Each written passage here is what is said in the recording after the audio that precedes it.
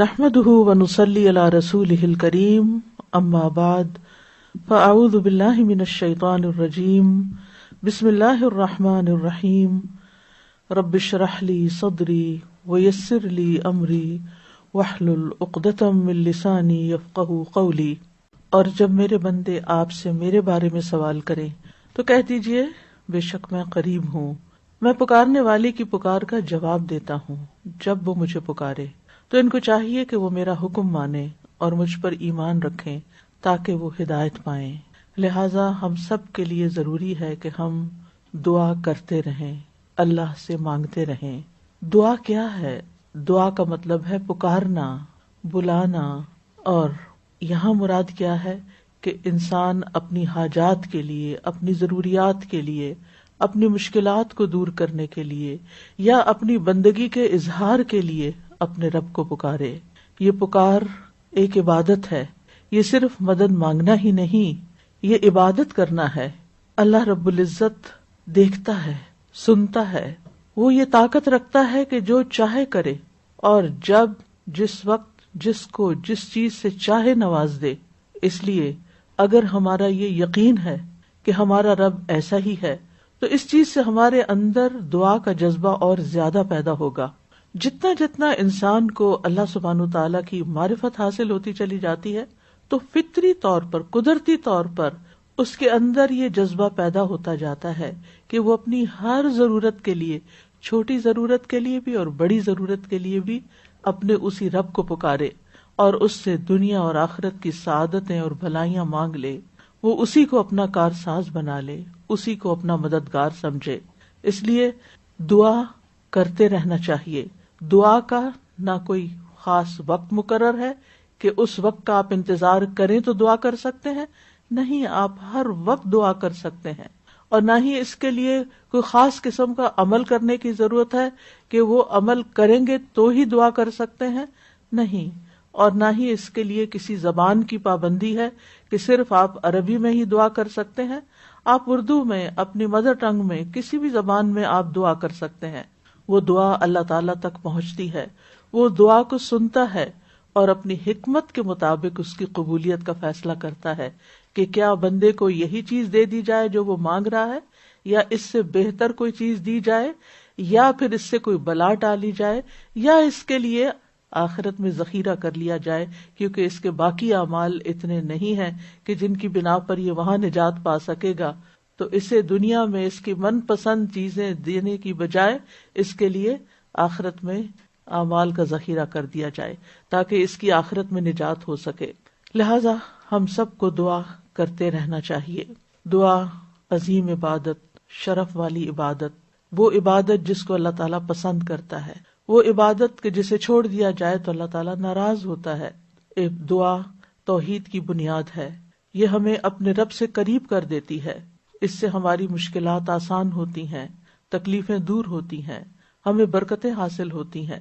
لہٰذا جو مشکلات سے نکلنا چاہتا ہے وہ دعا کو اپنے لیے لازم کر لے، کیونکہ اللہ تعالیٰ ہی پریشانیوں کو دور کرتا ہے۔ امن یجیب المضطر اذا دعاہ ویکشف السوء، بھلا کون ہے جو لاچار کی فریاد رسی کرتا ہے جب وہ اسے پکارتا ہے اور اس کی تکلیف کو دور کر دیتا ہے۔ تو جو شخص بھی مشکلات سے، پریشانیوں سے نجات چاہتا ہے اس کے لیے ضروری ہے کہ وہ دعا کو لازم کر لے، کیونکہ اللہ تعالیٰ ہی پریشانیاں دور کرتا ہے۔ اللہ تعالیٰ کے علاوہ کوئی نہیں جو پریشانی دور کر سکے۔ وقتی طور پر کوئی آپ کو دلاسا دے دے گا، کوئی آپ کی ہمت افزائی کر دے گا، کوئی آپ کا دکھ بانٹ لے گا، لیکن آپ کی مشکل صرف اور صرف اللہ تعالیٰ ہی حل کر سکتا ہے۔ وَإِن يَمْسَسْكَ اللَّهُ بِضُرٍّ فَلَا كَاشِفَ لَهُ إِلَّا هُوَ وَإِن يَمْسَسْكَ بِخَيْرٍ فَهُوَ عَلَى كُلِّ شَيْءٍ قَدِيرٌ، اگر اللہ تجھے کوئی تکلیف پہنچائے تو اس کے سوا اسے کوئی دور کرنے والا نہیں، اور اگر وہ تجھے کوئی بھلائی پہنچائے تو وہ ہر چیز پر پوری طرح قادر ہے۔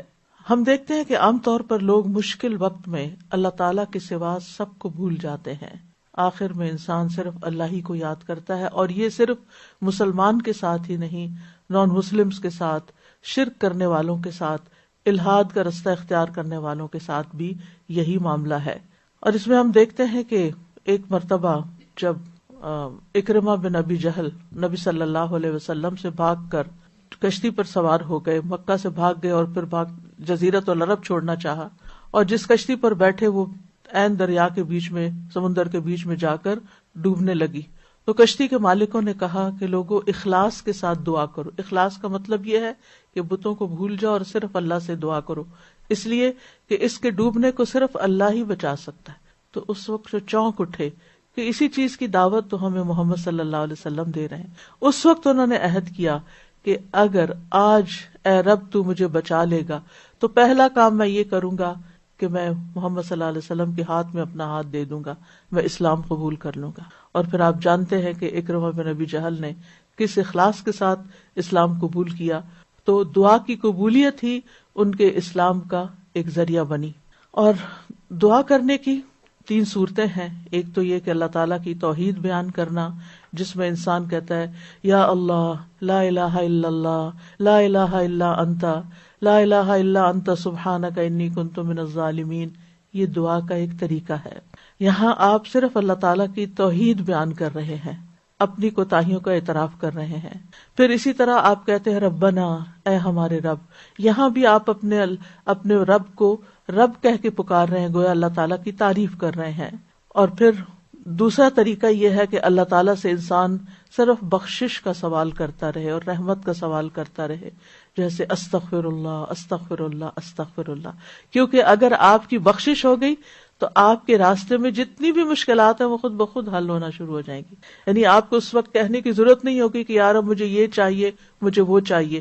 آپ صرف یہ کہتے ہیں کہ اللہ وہ گناہ جو میرے اور تیرے بیچ میں حائل ہو گئے ہیں، جو تیری رحمت تک مجھے پہنچنے نہیں دے رہے، یا رب تو ان کو دور کر دے، تو مجھے معاف کر دے۔ اور یہ چیز انسان کی مشکلات دور کرنے کا ذریعہ بن جاتی ہے اور اس کی حاجات پوری ہونے کا ذریعہ بن جاتی ہے، جو بھی اس کی زندگی میں کوئی حاجت اور ضرورت ہوتی ہے۔ اسی طرح کبھی آپ اللہ سے صرف رحمت کا سوال کر رہے ہوتے ہیں، یا حی یا قیوم برحمتک استغیث، صرف رحمت مانگ رہے ہوتے ہیں، کیونکہ اگر اللہ سبحانہ تعالیٰ کی رحمت آ جائے تو ساری مشکلات ہی آسان ہو جائیں، پھر تو کوئی غم ہی نہ رہے، کوئی پریشانی ہی نہ رہے۔ اور تیسرا طریقہ ہے کہ انسان اللہ تعالیٰ سے اپنی دنیاوی حاجات مانگے یا آخرت کی ضروریات مانگے، جیسے اے اللہ مجھے مال دے، اے اللہ مجھے اولاد دے، اے اللہ مجھے گھر دے، اے اللہ مجھے گاڑی دے۔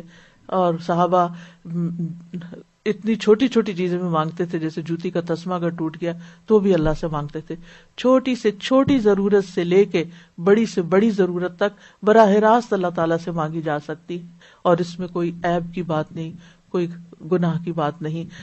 وہ آپ کا رب ہے، وہ سب سے زیادہ آپ کا خیر خواہ ہے، لہٰذا آپ اس سے نہیں مانگیں گے تو کس سے مانگیں گے؟ اور وہ جو سب کچھ دینے پہ قادر ہے، اس سے نہیں مانگیں گے تو کس سے مانگیں گے؟ لہٰذا اس کو پکارتے رہنا چاہیے۔ تو نمبر 1 طریقہ صرف اللہ کی توحید بیان کرنا، اللہ کی تعریف کرتے رہنا۔ عرفہ کے دن کی سب سے بہترین دعا کیا ہے؟ لا الہ الا اللہ وحدہ لا شریک لہ لہ الملک ولہ الحمد وہو علی کل شیء قدیر۔ اس میں کیا مانگا آپ نے؟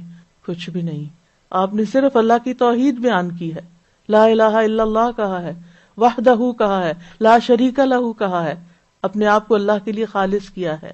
یہ دعا ہے۔ اور پھر دوسرا یہ کہ استغفار اور رحمت کی دعا، اور تیسرا کوئی بھی ضرورت جو ہو کسی بھی زبان میں، کسی بھی چیز کی، روحانی، جذباتی، مادی، دنیا کی، آخرت کی، کوئی بھی چیز، وہ مانگتے چلے جائیں۔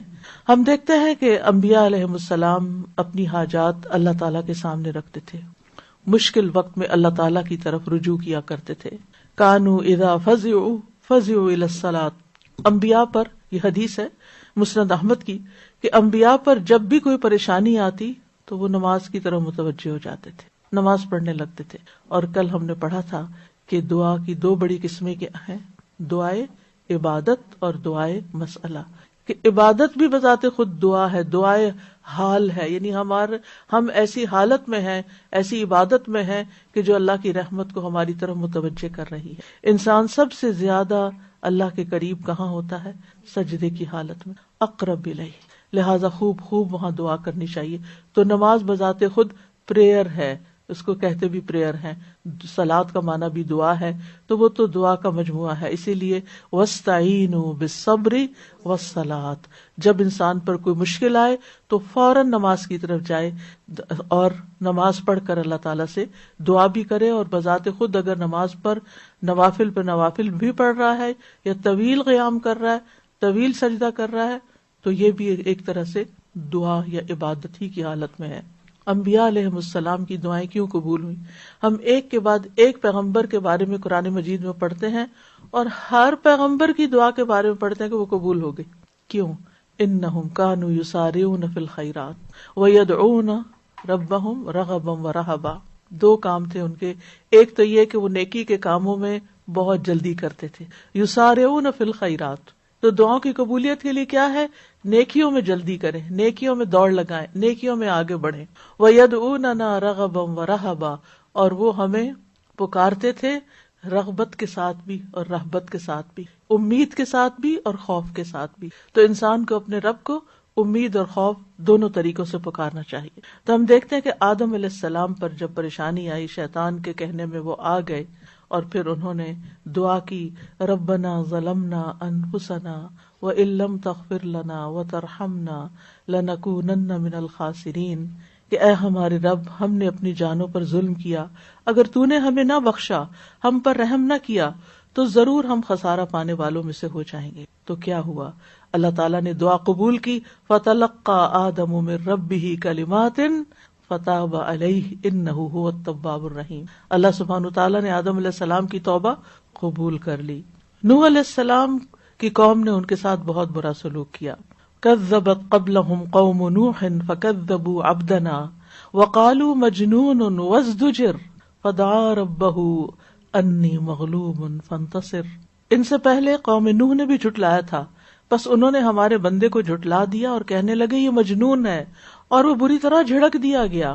یعنی قوم کے لوگ, اوباش قسم کے لوگ, ان کے ساتھ ڈانٹ ڈپٹ بھی کرتے تھے. اور بعض روایات میں آتا ہے کہ انہوں نے ان کو اتنا مارا کہ بے ہوش کر دیا. تو انہوں نے اپنے رب کو پکارا, انی مغلوب, رب میں مغلوب ہو گیا ہوں, میرا ان پہ کوئی بس نہیں چلتا, میں ان کے ساتھ ہر طریقہ آزما چکا ہوں, یہ نہیں مانتے, بس تو میری مدد کر. کیا ہوا؟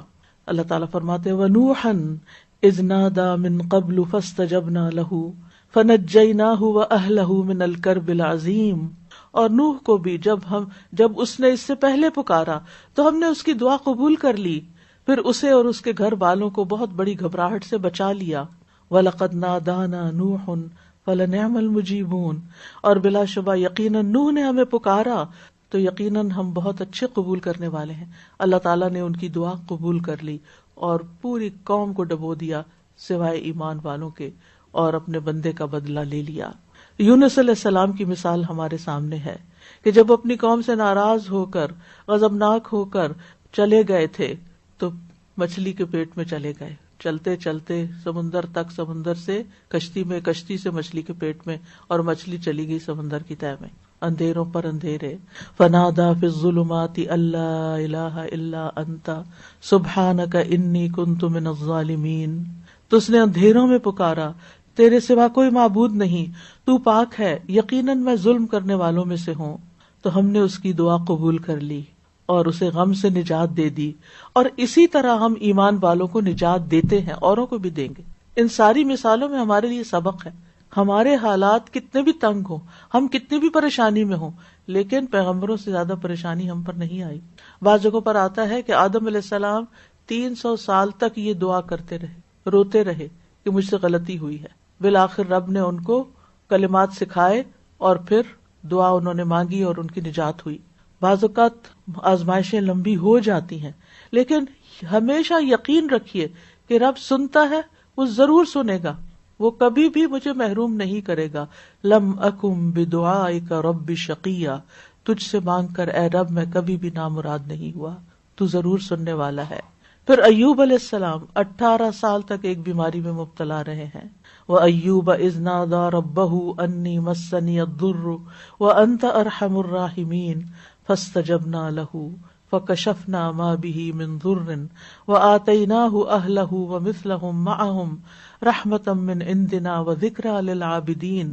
اور ایوب جب اس نے اپنے رب کو پکارا کہ بے شک مجھے تکلیف پہنچی ہے اور تو رحم کرنے والوں میں سب سے زیادہ رحم کرنے والا ہے، تو ہم نے اس کی دعا قبول کر لی، بس اسے جو تکلیف تھی دور کر دی، اور اس کے گھر والے اور ان کے ساتھ اتنے ہی اور عطا کر دیے اپنے پاس سے رحمت کے طور پر.